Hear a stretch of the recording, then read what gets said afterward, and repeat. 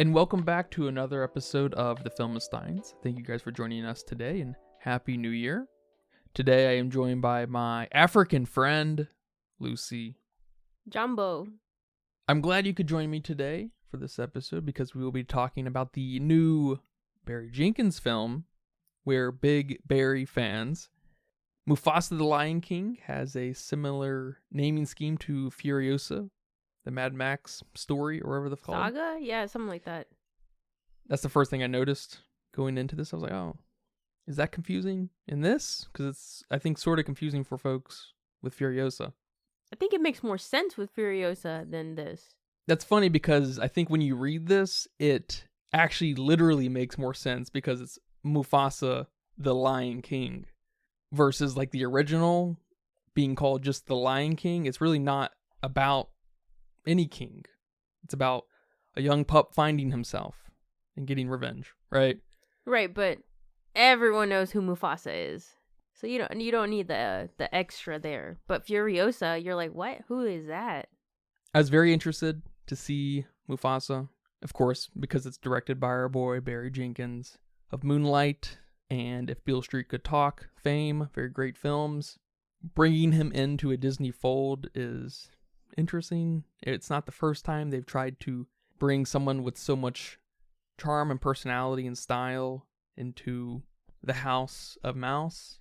And I'm somewhat glad to report back that I think you see some of that Barry Jenkins quality shine through. I think the film kind of runs into itself with trying to balance this bromance rivalry with this almost biblical-like Moses-esque story.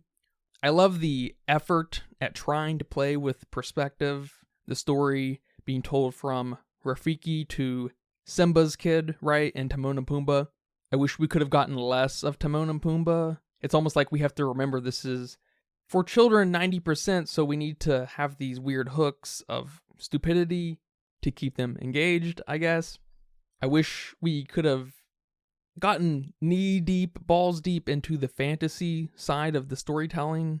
We kind of get hints of it, I think, through Mufasa being lost, having these superpower-like senses, having this crazy element of luck, of course, being the ladies' man. I guess I kind of wish we got some more explicit narration, like when Mufasa was floating down the river, Rafiki let in on he floated down the river for 7 weeks or some shit, you know? These kind of embellishments, I think, would have helped sell the ultimate kind of biblical size story of finding this promised land. And it's kind of funny, I have a lot of problems with this film, but the bones here are pretty solid other than the crossing of direction with the bromance and the biblical kind of story. I don't think they meld very well. It's probably possible. But before I go on and on, I'm very curious how you feel about Mufasa. I was pleasantly surprised by this film. It's almost like a retelling of a prequel, but we didn't know we needed this story, specifically the story of the origin of Pride Rock. But we got one here, and I'm here for it. I'm with you. I loved the perspective of this film being told from Rafiki's point of view to Simba's kid. Although I wouldn't have been mad if this would have been told from Scar's point of view. Of course, the story would have needed to be told a bit different, but it could have remained a story that Rafiki tells a young child and still have this mood that this film has, because like him or not, Barry Jenkins films definitely have this mood about them that I like, I'm a fan of. But I'm with you though on this narration needing to be more explicit, that it's being told as a story. It's almost like they want us to forget this is being told as a story, and then when we come back to the Timon and Pumbaa bits, it's like, oh yeah, we're back with them, okay. Instead of something like Forrest Gump, where he's telling a story to different people at the bus stop, and he starts out his narration where that person's about to start that dialogue. It's one of like the best things about Forrest Gump and the funniest things about it. So playing with that story element would have made you remember that this movie is being told as a story. Yeah, and especially coming from Rafiki, it's a little dry. Like, where is the embellishment, right? Yeah, of course. Where's the ethereal? Where's the bigger than life kind of thing, other than Mufasa's dad living in the stars kind of thing? Right, the magic, the prophecy, the destiny kind of themes that Rafiki tends to blurt out of his mouth. No, I agree with you there. I did like the mystery. I'm not sure if it was specifically said in the trailer or in any kind of promotional material that Mufasa and Taka were not brothers. But throughout the whole film, and maybe a little too late into the film, I was still wondering if Taka would become Scar. I like that touch. I like that mystery. I'm not one of those people that's like, oh, that was obvious to me the whole time. So maybe this movie was made for people like me. But I really enjoy that. I love that he slowly started turning more sinister, more jealous, and physically darker. I like the weird turn this movie took with them being outcasts, and I guess more specifically having a non-conventional family, having that bromance, like you said, but how quickly things can turn, especially with them being so young, going into this kind of teenager-like stage in their lives. It's like we go from this innocence that you have as a kid, and then parents and adults start becoming involved in your lives and completely fucking everything up. And we had plenty of characters, especially our reprising roles, and they did a great job. Voice acting was great. Not one character sounded like they shouldn't have been for that role. I was a little bit concerned with Beyonce's kid, Blue Ivy, playing Kiara. I think that's her name. Since this is her debut role. And I think Blue Ivy's only 12 or something. But she's great. It didn't sound weird. But I'm with you. I don't know how I felt about this weird comical relief, if you want to call it that, with Timon and Pumbaa's wisecracks. In the original film, that's who they are. But it completely makes sense in the film because of this Hakuna Matata song they have. But here, it just felt weird, it felt awkward, and it felt a little too fourth wall breakish, I guess, with them making these jokes about legalities and whatnot. So I wasn't sold on it. The musical numbers were weak. The only one that was a mild hit was the I Always Wanted a Brother song. Everything else didn't stick, wasn't memorable in my book. The movie had surprisingly great pacing. It didn't feel rushed, and it didn't feel like it dragged on. And although I was here for the story, I was here for the ride, it didn't quite land with me on a so what. So why do I care? It didn't encourage any kind of challenging thoughts or maybe any kind of self-reflection about what it means to be a non-conventional family or where our place is in the circle of life. I like that you bring up these biblical vibes because the story of Cain and Abel is all over this film for me, and it's always been all over The Lion King. It's very obvious it draws a lot of inspirations and parallels from that story, which that story serves as a cautionary tale, yes, about sibling rivalry and jealousy, but overall it's about defying God's moral order and what happens if you defy it. And I couldn't quite get that big overall arcing connection or thought or point that this was trying to make. Yeah, I think the biblical tethers are mostly a half measure, partially because of Rafiki's inability to emphasize anything that's important in his story. Because we keep being pulled out by Timon and Pumbaa and stupid stuff like that, why couldn't the story have just been told at Pride Rock to all the cubs? Timon and Pumbaa can be there, whoever can be there. Kiara can just be front and center because she's the princess or whatever, Simba's kid, Yeah. the important one. Yeah. We didn't need the whole intro of Simba looking for Kiara. Yes. That was totally wasted time. Right. The point of the intro is to tell Timon and Pumbaa to look after her because he's going somewhere. And yes, it was obvious that Sarabi was pregnant, but it was like that was a different story that needed to be told, not related to this. Right, and trying to connect the brotherhood between Mufasa and Taka with Kiara and her new sibling, I think falls super flat because there's nothing to really take away. Because Taka's the bad guy, you know? The White Lions are the bad guys. And you know what happened to Scar, I'm sure, Kiara. And again, with some kind of focus on his reputation preceding him, his bigger-than-life actions, it could have just helped sell the biblical tether a little bit more. Maybe literally even have a herd of animals with you by the time you get to Pride Rock. Like following him? Yeah, Yeah. just towards the end maybe or something. That may have run into dealing with the White Lions a little stranger, because maybe the White Lions would have been picking off the herd one by one. That would have been pretty funny. I see that story forming. I don't think it totally gets there, partially because it's challenged with this Barry Jenkins original bromance between Taka and Mufasa.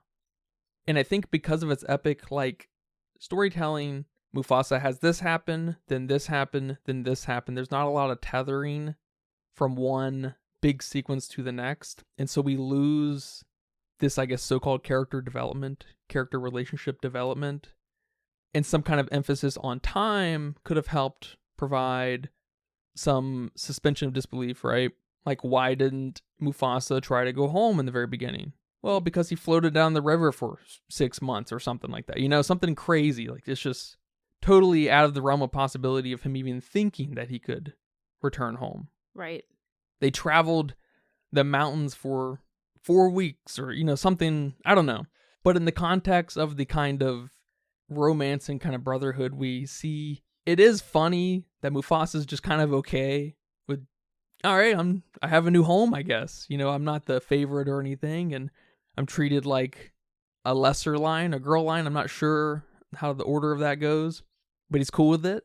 And then when Taka's lions get attacked, when Mufasa's new family gets attacked, they move on pretty quick too. It's pretty funny, which makes sense in the context of the biblical epic story. Right. But in this kind of meditative drama between two brothers, it's a little awkward, I think. So I'm kind of two minds on it, as you can see. I will say, I like that Mufasa and Taka are not blood related. It forces Mufasa into this stray, almost less than commoner kind of space, and does shed some light on this idea of destiny and being that chosen one. Mm-hmm. And of course, Taka, you know, he's the rightful heir to his tribe. And I thought Mufasa was the heir of his tribe, but I mean, I guess it's kind of irrelevant by the time, you know, he's a stray now, so yeah, whatever. At this point, 5 minutes into the film, it don't matter. I guess you got to wonder why, because it's such a big point in the middle, the first act. Why does Taka want a brother? He's got this whole spiel, this whole song, which I hated. I will say, hated the brother song. You hated it? Hated it. That's the only good one. It made me think, we're going to say brother over and over again until you think that they're actually brothers. That's hilarious. And I'm just like, this is stupid. They probably say brother 60 times in that song. It's fine. It's hard to get through. Because Barry, I like the romance of finding family when it's not blood. You know, when you choose your family. Mm-hmm. Right? There's something much more meaningful in that. Love is all of a sudden not such an obligation. It comes from somewhere much deeper. But what I like most, and probably what everyone likes most about the beginnings of Taka and Mufasa, is that it begins this rivalry. Because Mufasa's good at everything. He only gets better at everything, right? And Taka's just this kind of spoiled, rotten brat with no riz. Have a problem with that, I must say. Our Scar from the original, when he was a kid, he was getting with the ladies. That's all I'm saying. And Taka doesn't have any game. So I will add that I don't see Taka's evolution into the despicable Scar that we know and love.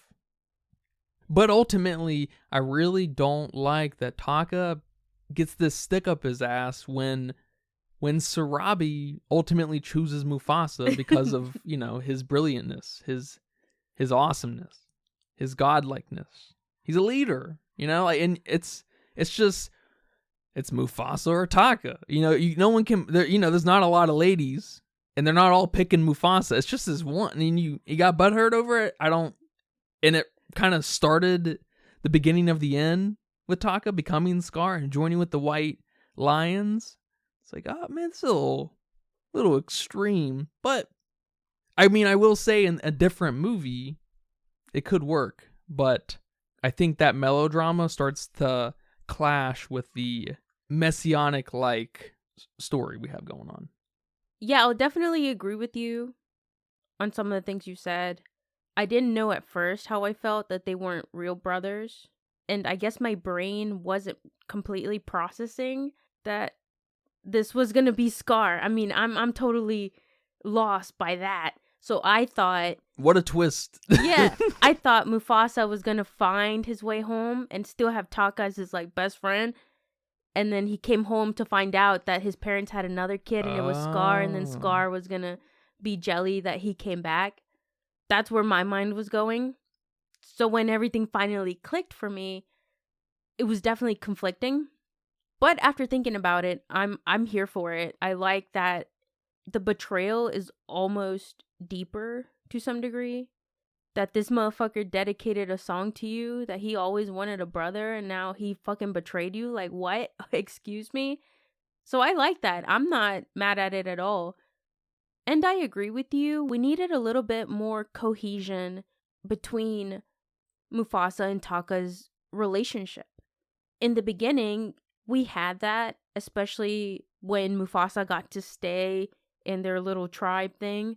You know, they had a race, and Taka was obviously going to beat him, but he was like, hold up, I think I might want a brother. Let him win.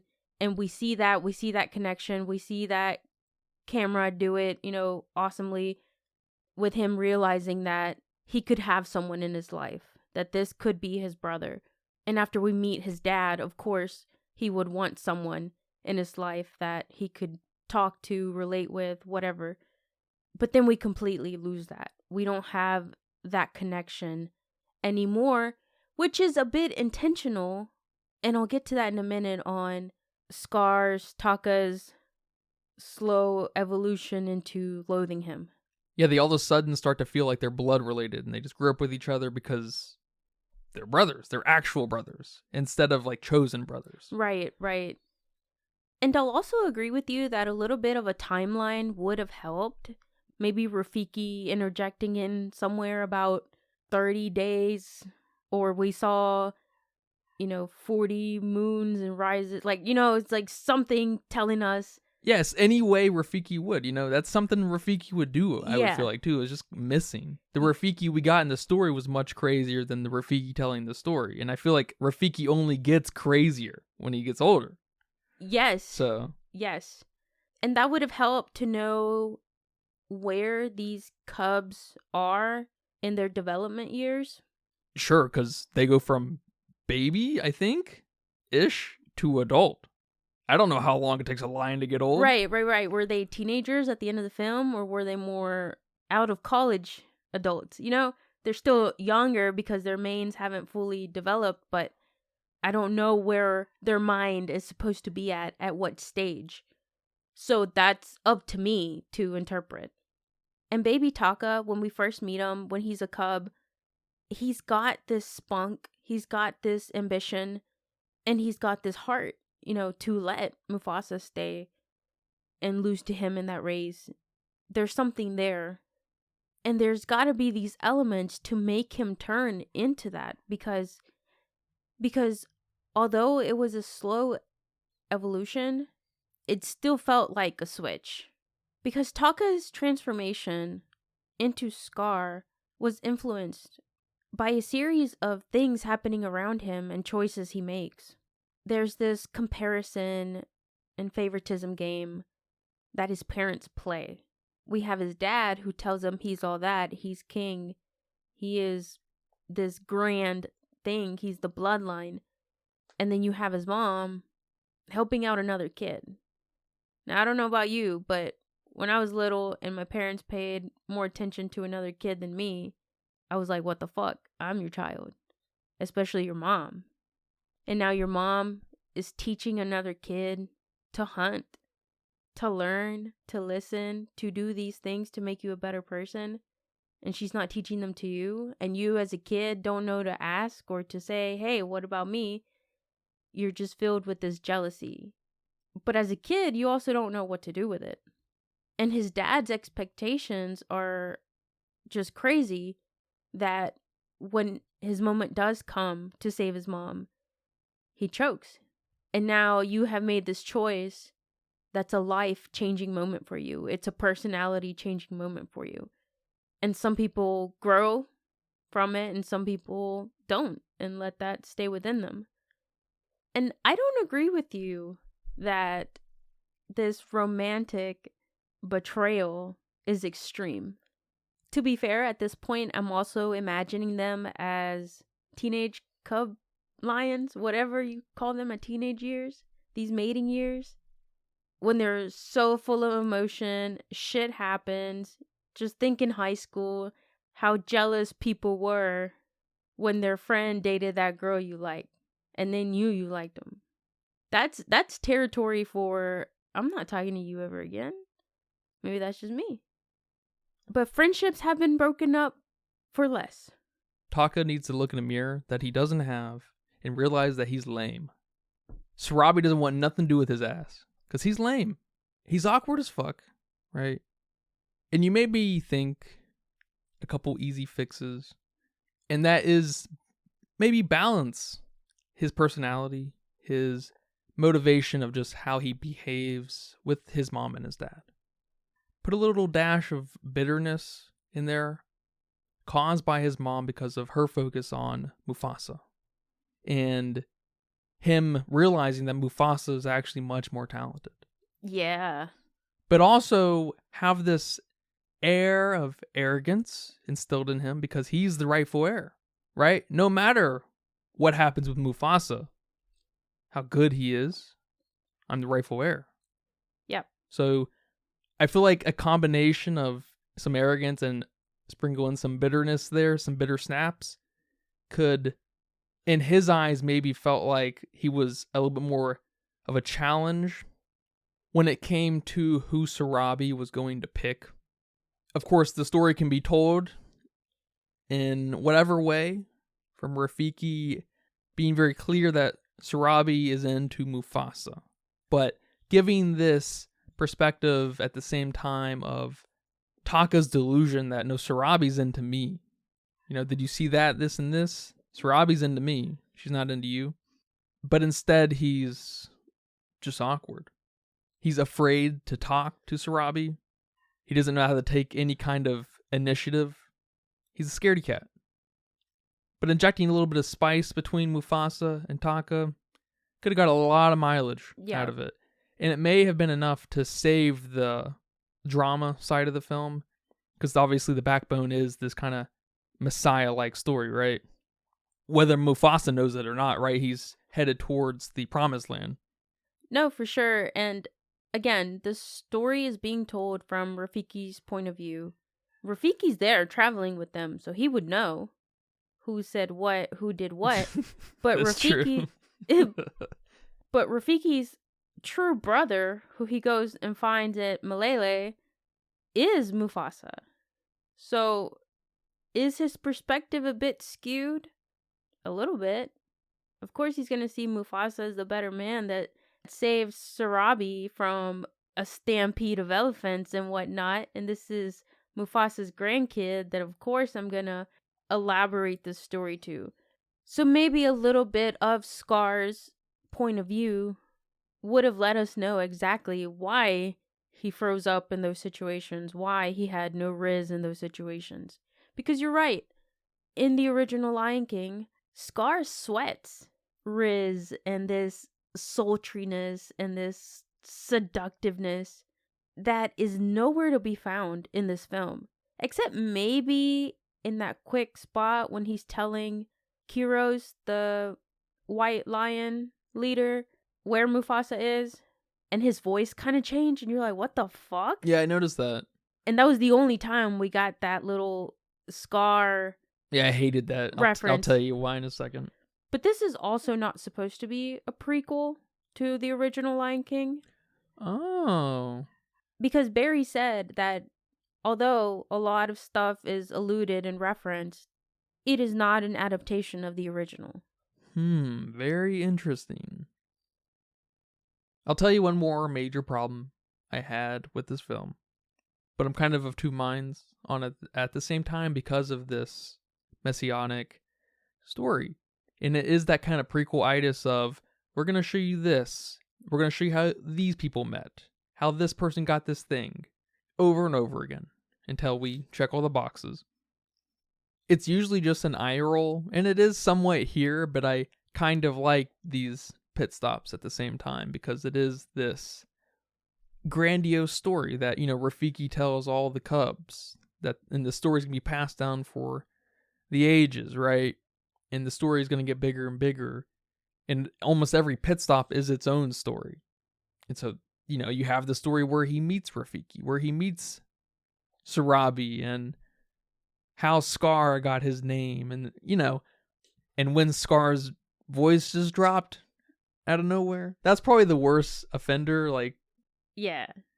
that was a little stupid, right? I'm here for the Rafiki getting his staff thing, okay? It only fits this story structure. When it happens in a stupid movie like Solo, maybe, I'm not even sure. Movies leave my brain so quickly. Yeah, the voice drop is definitely weird. But I absolutely love those moments in film. You might think it's cheesy, but those are the moments that make me feel good in movies. Because my absolute favorite part of this film was Rafiki getting his staff. It was very cute. It was very unexpected, because the other time we see something like that is towards the end, when all the rocks start falling, and then we see that iconic Pride Rock.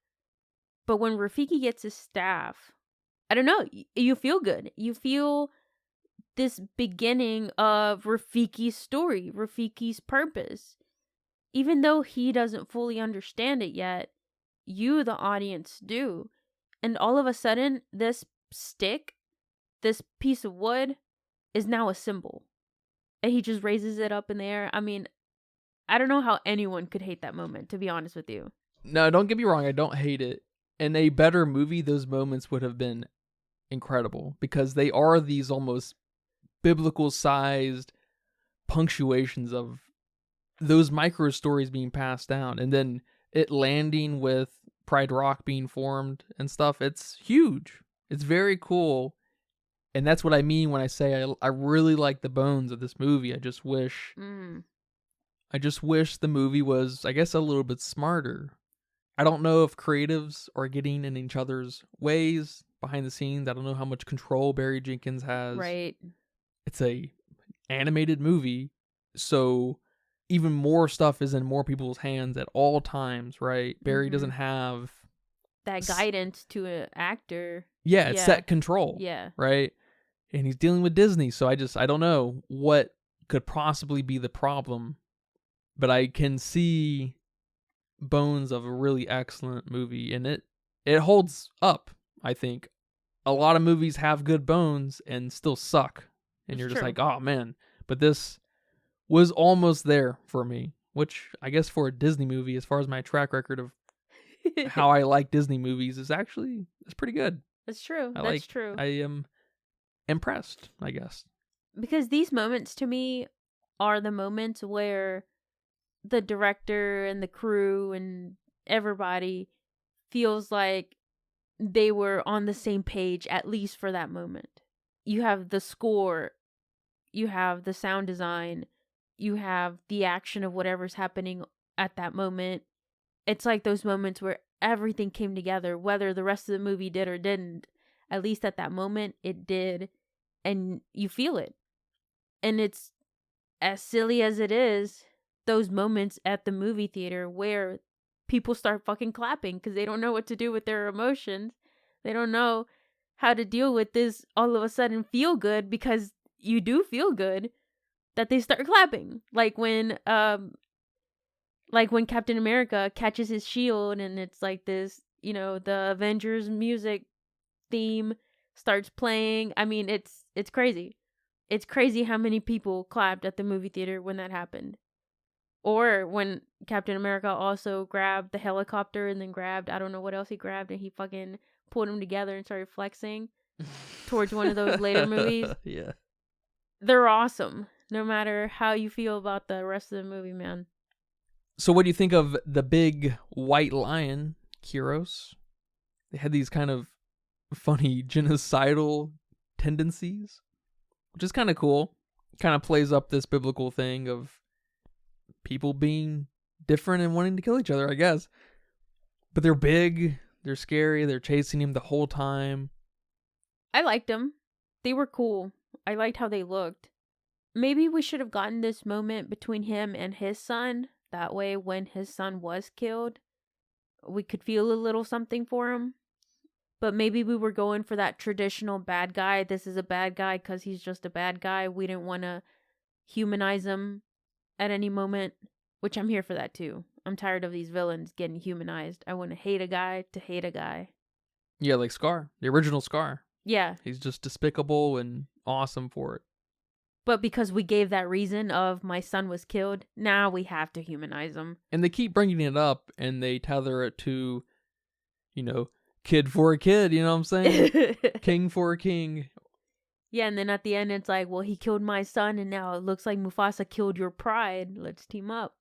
It's a little half-hearted, but one especially stupid thing that I don't know how it got past the boardroom, how it got past Barry Jenkins, okay, was Kyros's song, the Bye-Bye song. I think he's singing it at Taka's tribe, his dad. But for how big and menacing and like genocidal these big albino cats are, that song felt like it was a song from like their Aristocats. Like tiny house cats should be singing this song to other tiny strays. You know what I mean? Not lions. Are you joking me? It's so weird. That's hilarious. And that song doesn't stick out to me immediately, but it should have been menacing and despicable. And the voice actor has the voice for it to have this really awesome, despicable song. And he didn't. And that's a good point. I didn't even think about that. This movie had like 6 songs in its soundtrack, maybe 6 to 7. Yeah, the only one I kind of like was Rafiki's, actually. But yeah, that song definitely needed some work. One thing I didn't like about the film that was so weird was at the end with Taka giving himself his own nickname. Oh, yeah. That was weird, right? That was stupid. That was stupid. It's always weird when someone gives themselves a nickname. So that's strike 1. Strike 2 was just the dialogue and how he said it. Because someone should have given him that nickname.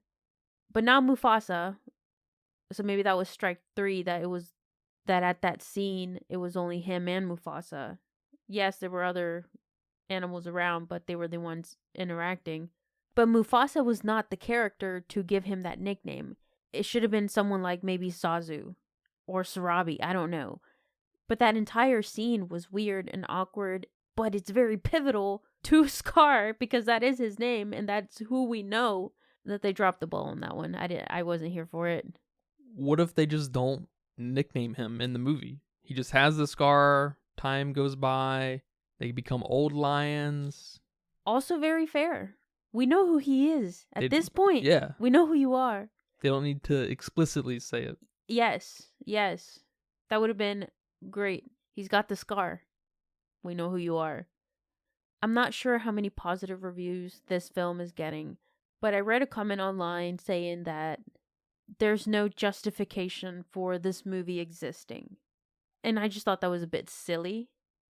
There wasn't a great explanation on why they thought they didn't need this movie to exist. Other than that, we didn't need a Mufasa origin story. But I'm curious how you feel about that. Yeah, I mean, we've all kind of had a similar thought. Why does this exist? Why does that exist? You could ask that question about almost everything. Yeah. It's reductive. It's like saying a video game is repetitive. It's like, well, yeah. I mean, you could say that about every game too. I don't know what you mean by it. Does something need to justify its existence? Maybe in some contexts, is this additive or subtractive to Lion King? To the live action, I guess, is maybe more of a proper prequel to that. Of course, that's very subjective. Everything has the right to exist. Every idea has the right to exist. Every piece of art has the right to exist. The existence of sequel ideas, new ideas, different ideas don't hurt pre-existing ideas, older ideas necessarily, especially in the context of movies. You still have the original Lion King. You still have the remake, if you like that one, you know? God forbid someone try to tell a story, right? We get so many non-stories, so much just brain rot entertainment. Right. That's a very good point and very well said. And more specifically here in all these Disney live actions, quote, live actions. Yeah, you see that a lot, don't you? This is honestly a bit refreshing to those adaptations. Sure. This isn't even an adaptation anymore. It was an inspiration of a story being told by a great director. Mm-hmm. And the reality is, it's not additive or subtractive of either of the Lion Kings. It's a separate piece of storytelling, art, if you will, because like I said, that thing still exists. Will it exist in perpetuity? Well, that's I guess a different question, but not everything is for everyone. Yeah. Chill out. I don't know. Chill out. I mean, I know you didn't need this story to be told, but you didn't need Oppenheimer. But weren't you a bit curious about Scar's past? And now that all of a sudden Pride Rock wasn't a place that was well established and it had generations of generations when you came into the story, all of a sudden this land wasn't handed down like that. And Mufasa, whose name you know, discovered it. All of a sudden, it's like, what the fuck is going on? It's like these fan fiction stories that you read that people love, where all of a sudden, Harry and Draco now love each other. You know, those kinds of things. I don't know what those are called. It's like these people have been inspired by a story, or not even inspired, but just think it's a cool idea of what if situations. And this is one of them. All right, man. Well, thank you for watching Mufasa with me and talking about it here today. You're welcome. Do you have a budget guess? This is where the conversation of should that have cost that much, or whoa, that was really cheap. How do you do that kind of thing? This is like, where is that money going? These are the questions that we really should be asking as far as what we're doing here. Yeah. Well, I guess I'm going 150, but with you saying that, now I don't know. Was it more than 150 mil? It was $200 million, apparently. Ooh. I don't know what movie should be costing $200 million. It sounds like money laundering to me, but I don't know. Is what we paid Beyonce and Blue Ivy in this? I don't know. I think normally not, but I think it just depends on who's talking about the budget. Yeah, and I guess in these photorealistic, hyper-realistic type of films, the money's going in the CG. I'm assuming. I don't know. I have no idea how much shit costs in this world. Like, over my head, I don't know. But that'd be my guess. Did the CG look good? Did it look 200 million good? Or it looked as good as the 2019 Lion King? It looked better than the 2019 Lion King for sure. I don't know why. Maybe just tech. I can't tell you what $200 million looks like. Maybe that's the price tag to look like this. Maybe. But I guess if you're going to spend that much money, just spend a little bit more time figuring out how to make this film more cohesive from all angles.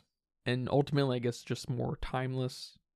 Because, I mean, it's a beautiful movie, no doubt. Yeah. I'd be real curious to see an itemized budget list of a film like this.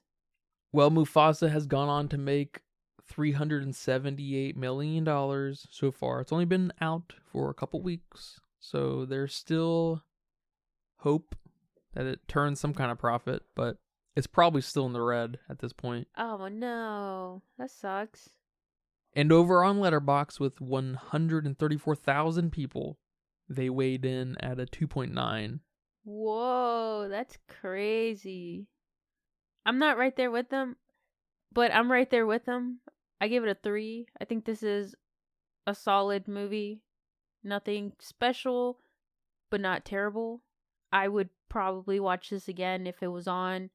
I would maybe recommend it to somebody to go watch if they just wanted to go watch something. Maybe wait for it to come to streaming, but it's a solid movie. Yeah, this is a solid 2 out of 5. Almost a real movie. Like I said, the bones are there. They're wonderful. Disney just gets in the way. I don't know. All right, man. Well, thank you again. And thank you guys for listening to this episode of The Filmistines. Remember, we post every Monday and Friday on patreon.com/Filmistines and all of our free feeds. Please join us. Our next episode will be on Moana 2. And our next exclusive episode on Patreon will be a comparison analysis of the original Lion King and the 2019 remake. Put your hands up if you think the remake is better. Yeah, I'm looking forward to Moana 2, though. I'm going to see all that water and the chicken, right? In the chicken there. Hey. Yeah, I don't know if I'm excited for Moana 2. Let me tell you. I'm not the biggest fan of Moana as a movie and as a princess. Oh, she's a princess. Right? Oh, I don't know. She's in the Disney princess poster. Oh, snap. I didn't know that. So I don't know. Is she a princess? She's pretty lame. Yeah. As far as I know. I need to revisit Moana. Yeah. I don't. But I might change my mind. Who knows? We need more princesses with a little bit of kink in their hair. You know what I'm saying? That's true. We need a Hispanic princess. Mirabelle? We need a Mexican princess. Does she count too? Is she on the poster? I don't know if she's on the poster. Or is her sister on the poster? Oh, shit. But she's not Mexican. She's Colombian, right? Right. I think something else, yeah. And I think there's a Esmeralda or some princess. I don't know. But we need a real one, you know? Like the princess of a cartel leader. Yeah. I'll take it at this point. Shit. Well, I look forward to seeing that movie. But thank you guys. Please look forward to all of that. Remember to leave nice comments, thoughts, and ideas on our Patreon as well. Come subscribe. Come write in. Come request a film. There's a lot coming. But thank you guys. And until next time, take care. Bye-bye. Bye-bye. And that's a wrap for today's episode of The Filmistines. Thanks for tuning in and joining us on our cinematic journey. We hope you enjoyed the discussion and gained some new insights and perspectives on the world of movies. Don't forget to subscribe to our podcast on your favorite platform, especially Patreon at patreon.com/Filmistines. And follow us on social media for more film-related content. We love hearing from our listeners, so if you have any feedback, suggestions, movie recommendations, or book recommendations, please feel free to reach out to us. Until next time, keep watching and keep loving the magic of movies. This is The Filmistines, signing off.